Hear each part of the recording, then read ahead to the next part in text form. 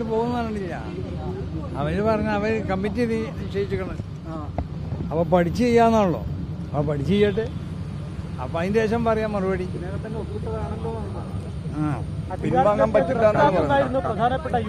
അല്ല, അത് അവരോട് ചോദിക്കേണ്ടതാണ്.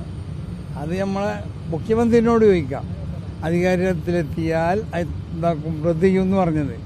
ഇപ്പോൾ പറഞ്ഞതിനാണ് ഞാൻ മറുപടി പറഞ്ഞത്. അവരതിനൊരു 3 അംഗ സമിതിയോ 4 അംഗ സമിതിയോ രൂപീകരിച്ചിട്ടുണ്ടല്ലോ. ആ രൂപീകരിക്കപ്പെട്ട ആ 3 അംഗ സമിതി 4 അംഗ സമിതി അവർ കൂടി ആലോചിച്ചിട്ട് എന്താ ചെയ്യണമെന്ന് നോക്കാം. അതിൻ്റെ ശേഷം നമുക്ക് പ്രതികരിക്കാം. പിൻവാങ്ങണമെന്നല്ല അഭിപ്രായം. അല്ല, അത് ഇവിടെ ജനങ്ങൾക്ക് ഈ ചരിത്ര സത്യങ്ങൾക്കൊക്കെ എതിരാണെങ്കിൽ പിൻവാങ്ങേണ്ടതാണല്ലോ.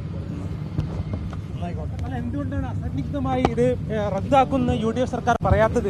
അല്ല, അത് അവരോട്, അത് എന്നോട്, ഞാൻ UDF സർക്കാർ, ഞാൻ മുഖ്യമന്ത്രിയാണോ? അല്ല, സമസ്തക്ക് സമസ്തല്ലതൊന്നും പറഞ്ഞത്. ഇത് മുഖ്യമന്ത്രിനോട് ചോദിക്കണ്ട, എന്നോട് ചോദിക്കേണ്ടതല്ല.